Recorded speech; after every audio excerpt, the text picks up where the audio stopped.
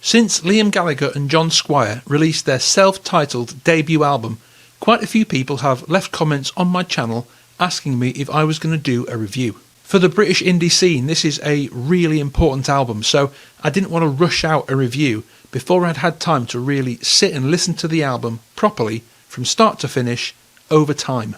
I don't think you can really properly appreciate an album after just one listen. It takes time, repeated listens properly from start to finish.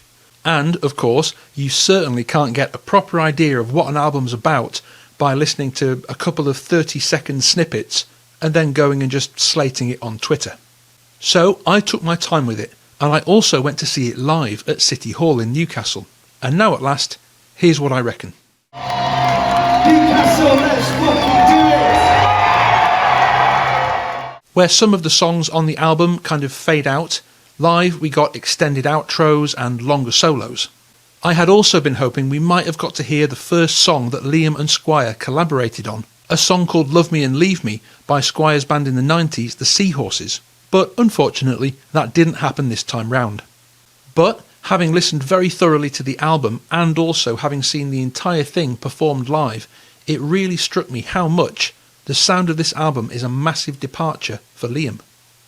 It sounds nothing like his previous solo records, but for me, and probably anyone else who is a fan of John Squire's previous work, it did have this incredibly familiar feel to it. The Seahorses were one of my favourite bands of the 90s, and I still absolutely love the one and only album they released. I regularly listen to it from start to finish. But after that album, Do It Yourself, came out, I waited on the edge of my seat as a teenager for the follow-up that never came. I even rang the Seahorses record label as a teenager to pester them and say, when is this second album coming out? The lady on the phone reassured me that the band were at that moment in the studio working on their second album. However, sadly, that day never came. Because, shortly afterwards, the front cover of the NME proclaimed, Seahorses split, roses to reform? I bought that paper and read it with a sad, sinking feeling. And of course, the second Seahorses album never did materialise. But through that first album, I really came to appreciate John Squire's songwriting style, and so now, on this album, it seems instantly familiar to me as a fan of the Seahorses.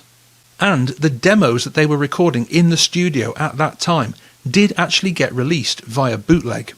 And there are some really good songs on there, but they're just unfinished.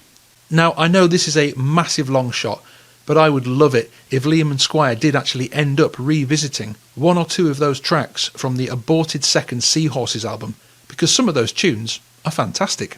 If you're interested in hearing the entire bootleg of the second Seahorses album, there's a link in the description. So what have the Seahorses got to do with this new album?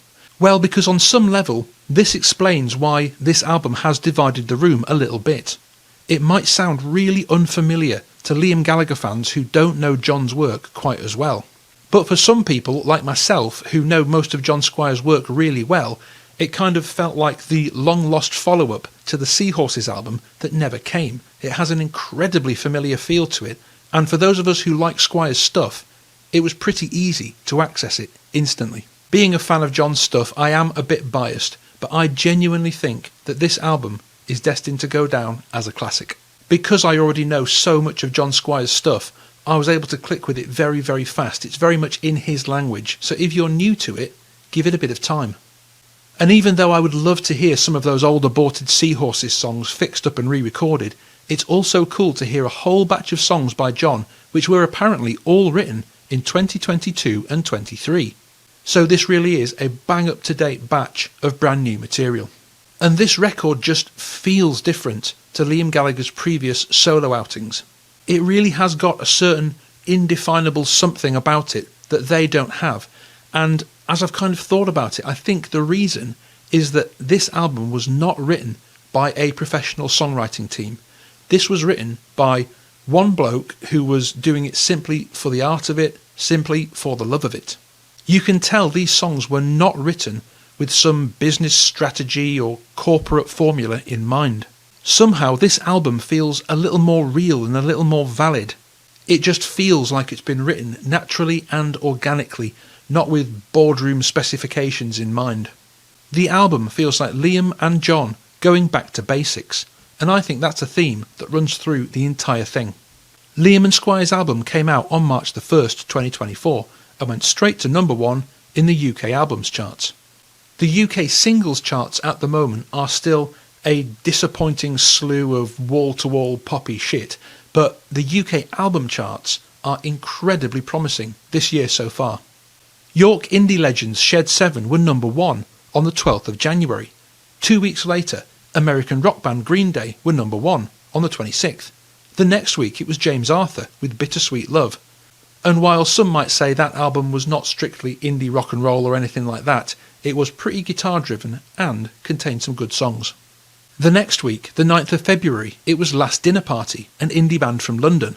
The next week, on the 16th of February, it was, I think you pronounce it Noah Kahan, an American acoustic indie artist. The next week, 23rd of February, it was Idols. The next week, on March the 1st, it was British music legend and one of my personal heroes, Jools Holland. And then the next week, on March the 8th, it was Liam and Squire. It has been an incredibly promising run of fantastic albums topping the charts in the UK so far in 2024. It really has been a very long time since I've been able to look at any of the UK charts and go, fucking hell, this is really good. And don't ask me why, but there does seem to be something in the idea of every 30 years we seem to see a resurgence in British guitar music. Look at the charts in 1964, then look at the charts in 1994, and now look at the charts in 2024. I don't know for sure, it's too early to say definitively, but damn, I'm feeling hopeful about the UK music scene again.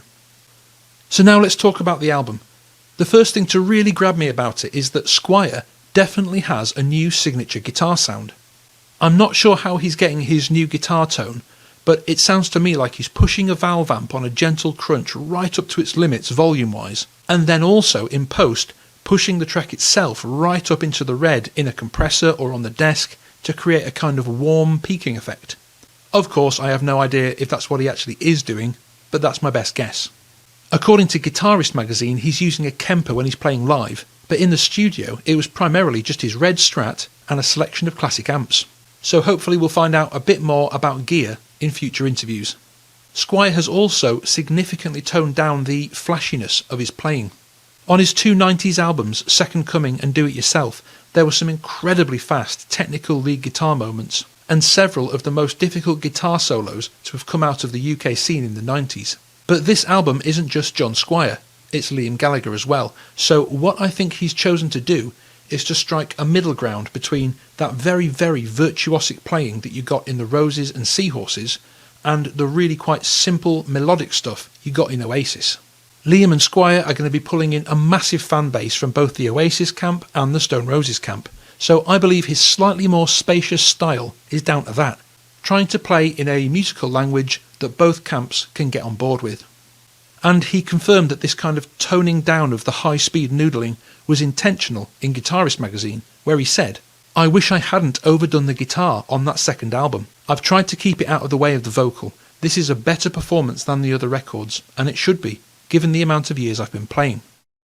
I mentioned earlier that it feels to me like the whole principle of back to basics runs right through this album like a stick of rock. And it does feel like it's been recorded and mixed with the idea of a straightforward four-piece band in mind. A real simplistic back to basics setup, and I love that. Now of course there are a scattering of overdub parts, some rhythm guitar tracks that are really low in the mix, and some piano parts. But by and large, most of this album feels like it's being played by one singer, one guitarist, one bass player, and one drummer. And because that's so antithetical to how so much music sounds today, to my ear at least, that's really refreshing. It doesn't sound like a load of over-processed, over-produced, AI-generated crap. It sounds like a real band. I just love the loose, live feeling that this album has. It's got a kind of a clarity and a freshness and a purity about it that nothing else I've heard recently, except the Shed 7 album, seems to have.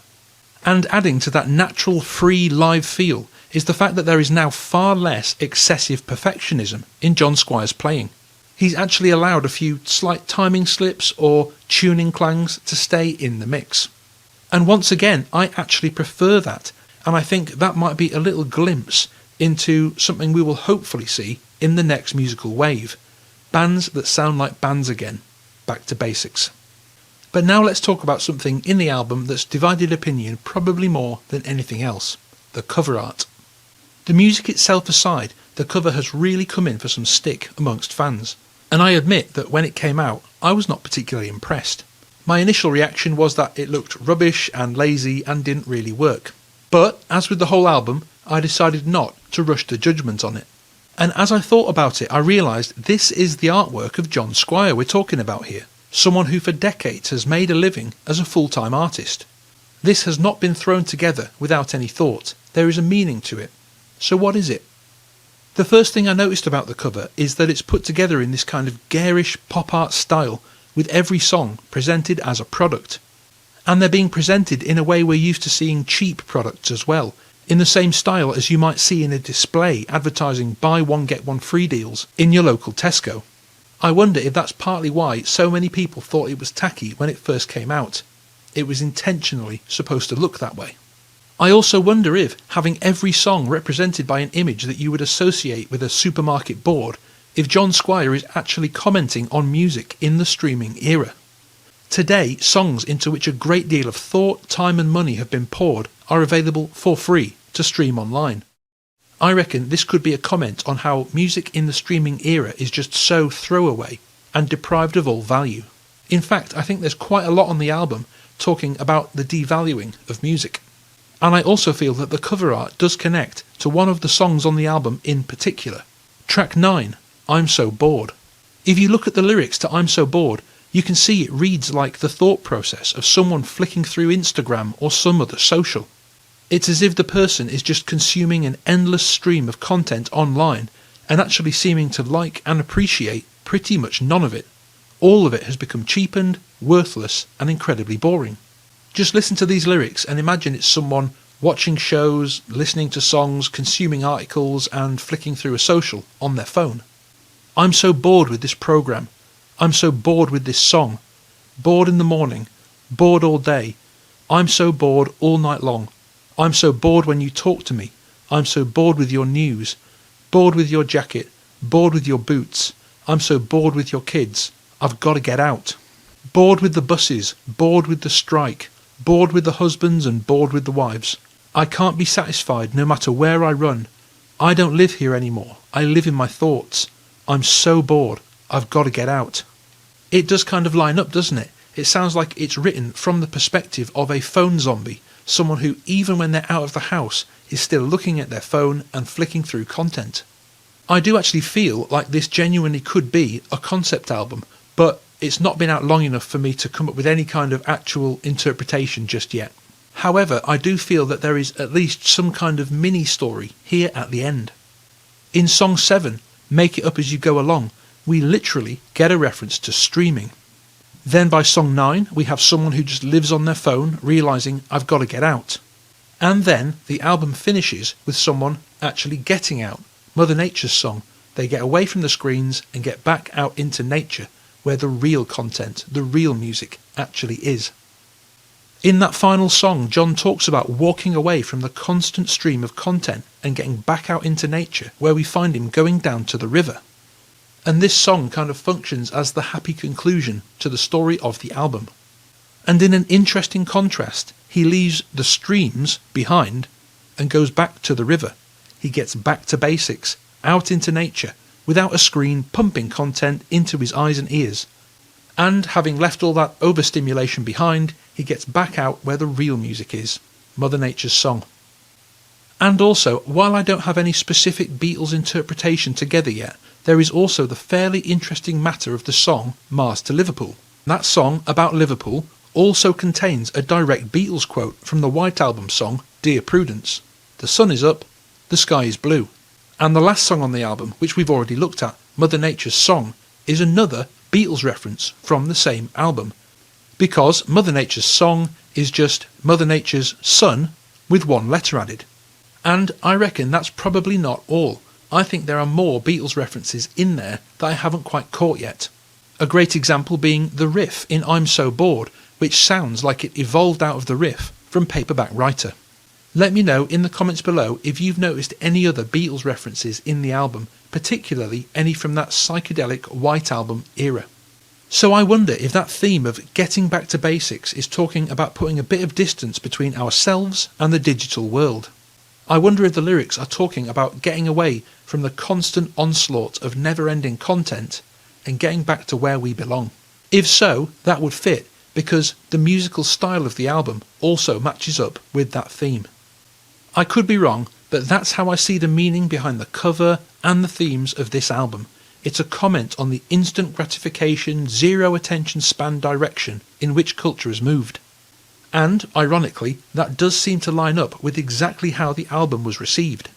Look at the kind of bargain bucket images on the cover, and then look at how so many people gave it one listen and mentally put it straight into the bargain bucket, commenting online that it was crap and not as good as Liam and Squire's previous work. I think there was real intention behind packaging the album this way, and also in including the song I'm So Bored. I think this was an accurate prediction of how the album would be received by many people in this day and age. In my opinion, this is an absolutely fantastic album, but part of the problem I think people have had in clicking with it is they haven't really recognised what it is. If you want a compilation of simplistic, disconnected, easy listening poppy froth, go look elsewhere. Go buy the latest Now album or find a top 10 pop playlist. That is not what this album is. This is a cohesive piece of musical art that tells a story, and it won't make sense if you just listen to it like impatiently flicking through a greatest hits playlist. It has to be appreciated as a piece of art as a whole, not just on the individual pop qualities of individual songs. Because the album is so new, there are still loads of elements in it to explore, so I'd love to know what you reckon.